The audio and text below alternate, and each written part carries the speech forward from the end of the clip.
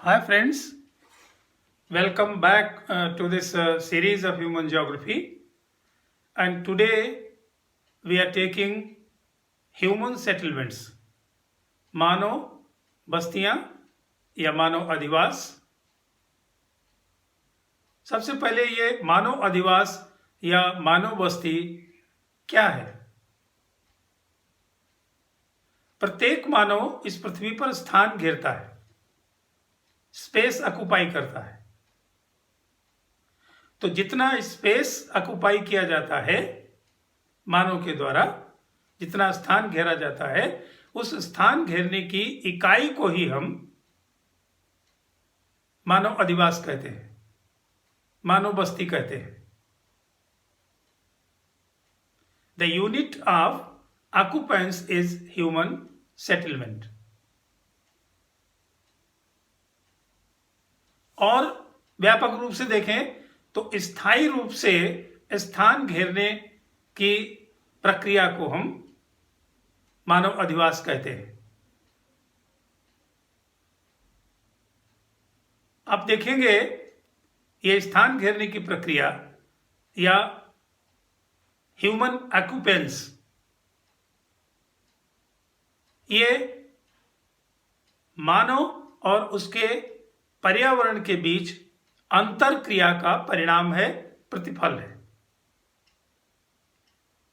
मानव अपने पर्यावरण से सतत अंतर क्रिया करता है, निरंतर अंतर क्रिया करता है, कंटिन्यूअस इंटरेक्शन करता है। तो मैन और इन्वायरमेंट के बीच में जो इंटरेक्शंस होते हैं, जो अंतर क्रिया होती है, उस अंतर क्रिया का प्रतिफल है, परिणाम है मानव बस्तियां। बस्तियों का स्वरूप कैसा होगा, बस्तियों का आकार, प्रतिरूप, बस्तियों के प्रकार, ये सब स्पष्ट तौर से हमको मानव और उसके पर्यावरण के संबंधों का, उनके बीच होने वाली अंतर क्रिया का बोध कराते हैं।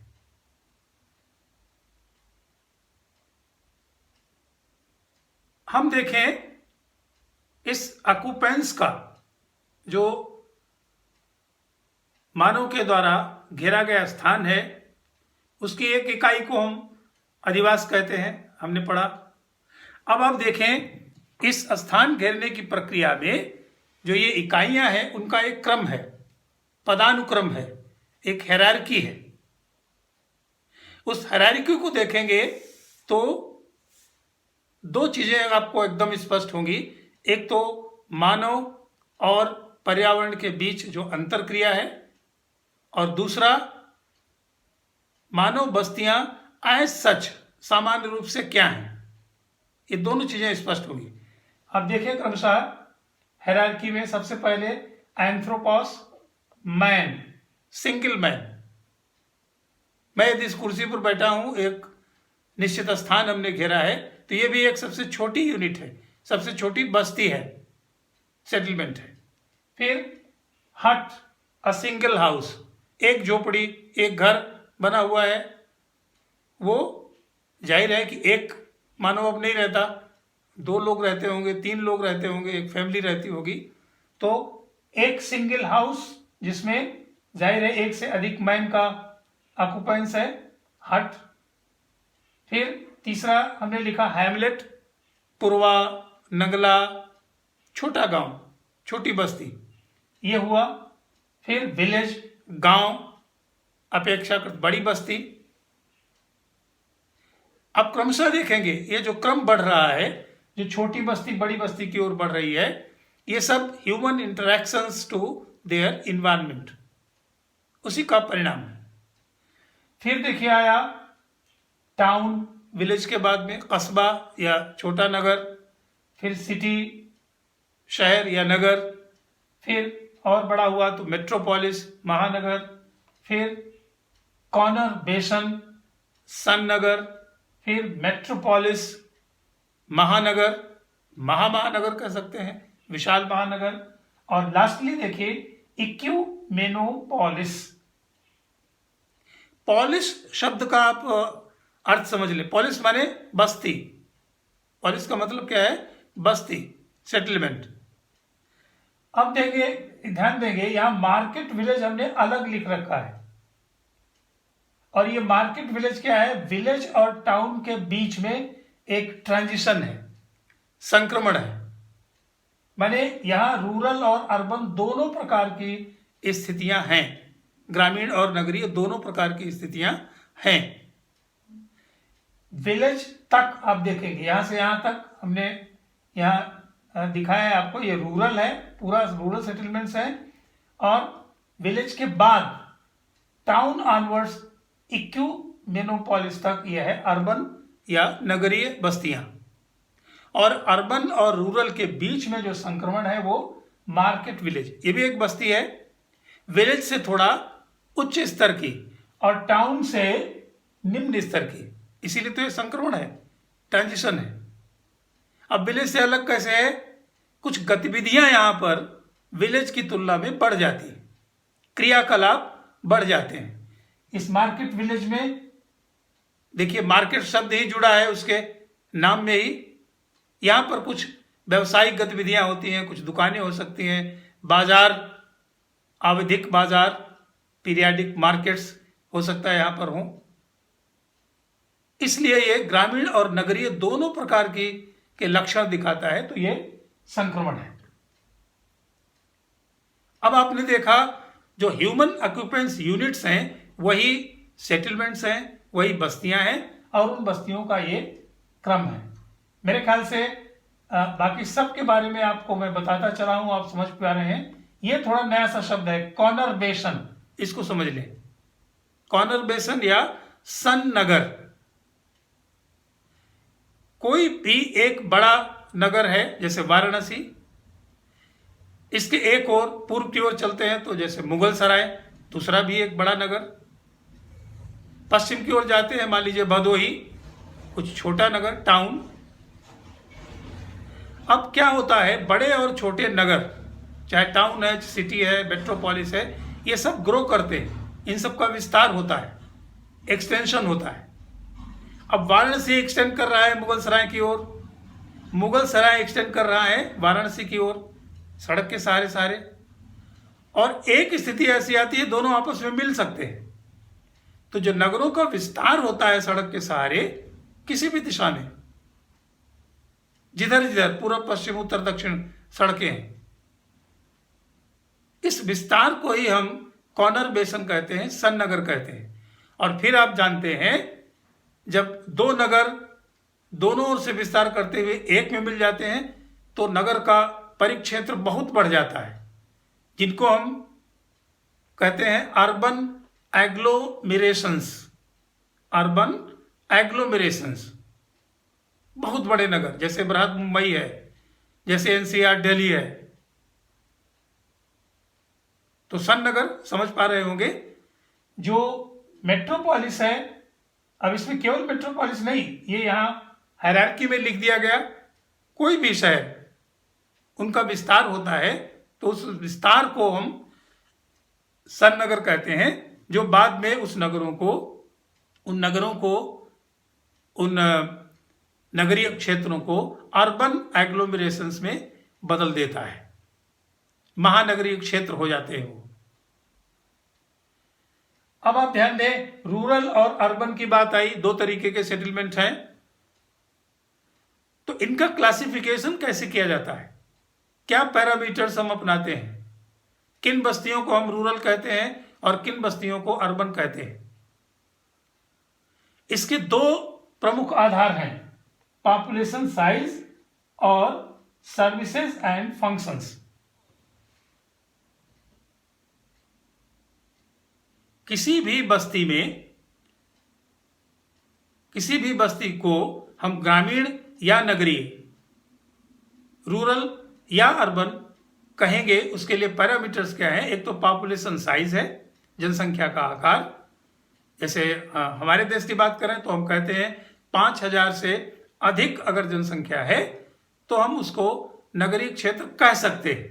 कब कह सकते हैं? जब वहां के सर्विसेज, फंक्शंस और एक्टिविटीज का आधार फुलफिल होता हो।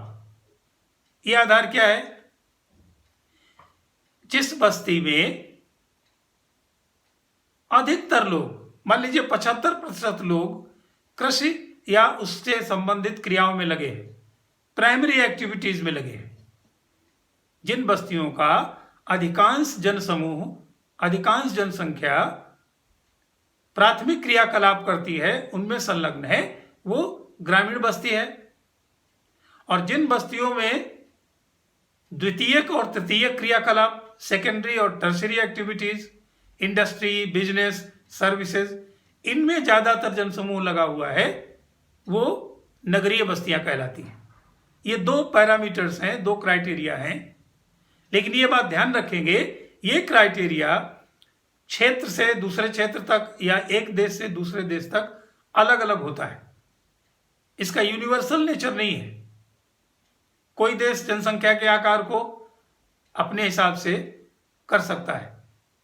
कहीं हो सकता है कि जैसे हमने कहा कि 5000 जनसंख्या, हमारे यहाँ एक पैरामीटर रखा गया है, एक आधार रखा गया है। अन्य देश कोई हो सकता है जो 1000 ही उसको रख सकता है। 1000 से भी ज्यादा अगर जनसंख्या है या 1000 जनसंख्या भी है तो उसको भी वो नगरीय कह सकते हैं। तो ये दोनों कारक या दोनों ये आधार देश के अनुसार, क्षेत्र के अनुसार बदलते रहते हैं। अब सर्विसेज और फंक्शंस का क्या है? जैसे आप देखें यूके में या यूएस में या कनाडा में, जो पश्चिमी यूरोपीय देश हैं, विशेषकर फ्रांस में, वहाँ जो कई बार आपको देखेंगे तो 800 या 1000 जनसंख्या वाले बस्ती को भी वहाँ नगर कह दिया जाता है, क्योंकि उन्होंने क्राइटेरिया क्या बना रखा है, कुछ फंक्शंस चुन लिए जिनको वो कहते हैं हायर ऑर्डर फंक्शंस। जैसे पेट्रोल पंप है, जैसे सब हेल्थ सेंटर है, जैसे कॉलेज है। माने उन्होंने इन सर्विसेज को, इन फंक्शंस को हायर ऑर्डर फंक्शन कहा। तो अब वो अपना क्राइटेरिया बनाते हैं कि हायर ऑर्डर फंक्शन में से अगर कोई 2 या 3 हायर ऑर्डर फंक्शंस किसी स्थान पर हैं और उसकी जनसंख्या 1000 ही भले क्यों ना हो, तो हम उसको नगर कहेंगे। अब हमारे देश में तो ऐसा नहीं है। जैसे बहुत रोड साइड तमाम पेट्रोल पंप्स हैं, वो किसी न किसी गांव के परिसीमा में आते हैं, लेकिन उस गांव को हम गांव ही कहते हैं, नगर नहीं कहते हैं। तो ये जो दोनों आधार हैं गांव और नगर को क्लासिफाई करने के, दोनों आधार कौन से? जनसंख्या का आकार और क्रियाकलाप, सेवाएं और प्रकार, सर्विसेज, फंक्शंस एंड एक्टिविटीज। ये अलग अलग देशों में अलग अलग हो सकते हैं, ये यूनिवर्सल नहीं होते। अब हम बात करते हैं इन मानव बस्तियों के प्रकार, टाइप्स ऑफ ह्यूमन सेटलमेंट्स। और ये विशेष करके आप देखेंगे किस बात पर निर्भर करता है? उन बस्तियों के बसाव की प्रक्रिया, उन बस्तियों के बसाव का प्रतिरूप, पैटर्न या प्रारूप कैसा है। हमने शुरू में ही पढ़ा, ह्यूमन सेटलमेंट्स एक ऑक्युपेंस यूनिट है। कैसी यूनिट? यूजुअली परमानेंट ऑक्युपेंस, स्थायी रूप से स्थान घेरने की प्रक्रिया। और ये जो स्थान घेरा जाता है, आप यहां पर मार्क करें, एंथ्रोपॉस एक व्यक्ति, जैसे मैंने कहा मैं कुर्सी पर बैठा हूं, स्थान घेरा है। आप सड़क पर खड़े हैं, आपने स्थान घेरा हुआ है, लेकिन परमानेंट तो नहीं है। लेकिन ये घर बन गया तो एक परमानेंट स्ट्रक्चर आ गया। तो घर है, घर से जुड़ी हुई गलियां हैं, गलियों से जुड़ी हुई अलियां हैं, स्ट्रीट्स एंड एलाइज दोनों, रोड्स हैं। ये सारे स्ट्रक्चर जिनको आप देखेंगे हम कहते हैं बिल्ट अप एरिया। बिल्डिंग्स, ये सब हमने दिया है, बिल्डिंग्स हैं, इनक्लोजर्स हैं, स्ट्रीट्स हैं, रोड्स हैं, ये सब क्या है? बिल्ट अप एरिया है। और ये built up area land use में आप देखेंगे स्पष्ट रूप से लिखा है, इस कैटेगरी में आता है, usually land put to non agricultural activities. जहां मकान बने हुए हैं, जहां सड़कें बनी हुई हैं, जहां बिजली के खंभे लगे हुए हैं, जहां बांध का पानी भरा हुआ है नदियों के, ये सब क्या है? ये कृषि के लिए उपलब्ध नहीं है। They are not available for cultivation. तो they are land put to non agricultural use. वहां खेती नहीं होती, कृषि कार्य नहीं होते. आप समझ पा रहे होंगे बिल्ट अप एरिया क्या है? निर्मित क्षेत्र जिसमें भवन है, गलियां हैं, सड़कें हैं, ये सभी चीजें. तो स्थायी रूप से जो बिल्टअप एरिया होता है वही ना बस्ती कहलाती है. अब देखिए यहां अकेला आदमी था तो कोई बिल्टअप एरिया नहीं, हट है तो बिल्टअप एरिया शुरू हो गया, हैमलेट है तो बिल्टअप एरिया बढ़ा, विलेज है तो और बढ़ा, मार्केट विलेज है तो स्वरूप बदला, दुकानें हो गई, व्यवसायिक प्रतिष्ठान बनने लगे, फिर town, city and so on. तो जो हम टाइप्स ऑफ सेटलमेंट की बात करेंगे उसमें ये बिल्टअप एरिया का स्वरूप क्या है, प्रतिरूप क्या है, पैटर्न क्या है, उसकी सघनता क्या है. अब अगर बहुत पास पास में घर हैं, सकरी गलियां हैं, सकरी अलियां हैं, ये अलियां मैं ऐसे ही शब्द नहीं कर रहा हूं जैसे कहते हैं नहीं पाप पुण्य दिन रात, इस तरीके से नहीं, रोटी वोटी निरर्थक नहीं मैं कर रहा हूं. गली अली माने स्ट्रीट एंड एलाइज. जैसे छोटी छोटी गलियां हैं, फिर बड़ी गलियों से मिलती हैं, फिर वो गलियां जो स्ट्रीट्स हैं छोटी रोड से मिलती हैं, फिर बड़ी रोड में मिलती हैं. तो ये पूरा स्ट्रक्चर मकानों के साथ रास्तों का, गलियों का, सड़कों का स्ट्रक्चर बिल्टअप एरिया कहलाता है. ये स्ट्रक्चर बहुत कॉम्पैक्ट है. जाहिर है कि जनसंख्या घनी होगी तो ये स्ट्रक्चर बहुत कॉम्पैक्ट होगा, घर पास पास में होंगे, गलियां और सड़कें बहुत इंट्रिकेट होंगी. इंट्रिकेट बहुत कॉम्प्लेक्स, बहुत घनी, तो उसको कहेंगे हम न्यूक्लिएटेड या क्लस्टर्ड या कॉम्पैक्ट सेटलमेंट. मैंने कुछ मानव बस्तियां, कुछ ऑक्युपेंस यूनिट कैसी हो सकती हैं जहां पर घर, गली, सड़कें तंग हैं, बहुत कॉम्प्लेक्स हैं, बहुत जटिल हैं, बहुत घनी है. ऐसी बस्तियों को हम कहेंगे न्यूक्लिएटेड या क्लस्टर्ड या कॉम्पैक्ट. संघत बस्तियां या गुच्छित बस्तियां जो गुच्छे में है, सघन है. फिर देखें दूसरा है सेमी कॉम्पैक्ट. एग्जैक्टली इसी का अगला स्वरूप. कम अपेक्षाकृत कम सघन होंगे, कम कॉम्पैक्ट होंगे, कम न्यूक्लिएटेड होंगे तो उसको सेमी कॉम्पैक्ट कहेंगे. और फिर लास्टली तीसरा है डिस्पर्स्ड या हैमलेटेड. डिस्पर्स्ड माने परिक्षिप्त बस्तियां, बिखरी हुई बस्तियां. जाहिर है यहां पर घर थोड़ा दूर दूर है, स्पेसिंग अधिक है, सड़कें या स्ट्रीट्स या एलाइज थोड़ी चौड़ी है, कंपैक्टनेस कम हो गई. अब क्रमशः देखेंगे यहां कंपैक्टनेस या क्लस्टरिंग बहुत डेंस है, बहुत घनी है, फिर यहां थोड़ी कम हुई, यहां एकदम कम हो गई, तो वो कहलाएंगे डिस्पर्स सेटलमेंट्स या परिक्षिप्त बस्तियां. तो मानव बस्तियां क्या हैं? मानव बस्तियों को हम रूरल अर्बन में कैसे क्लासिफाई करते हैं, उनकी हायरार्की क्या है और उनको उनके टाइप्स क्या हैं, ये सब हमने पढ़ा. Hope you enjoyed. Thank you very much.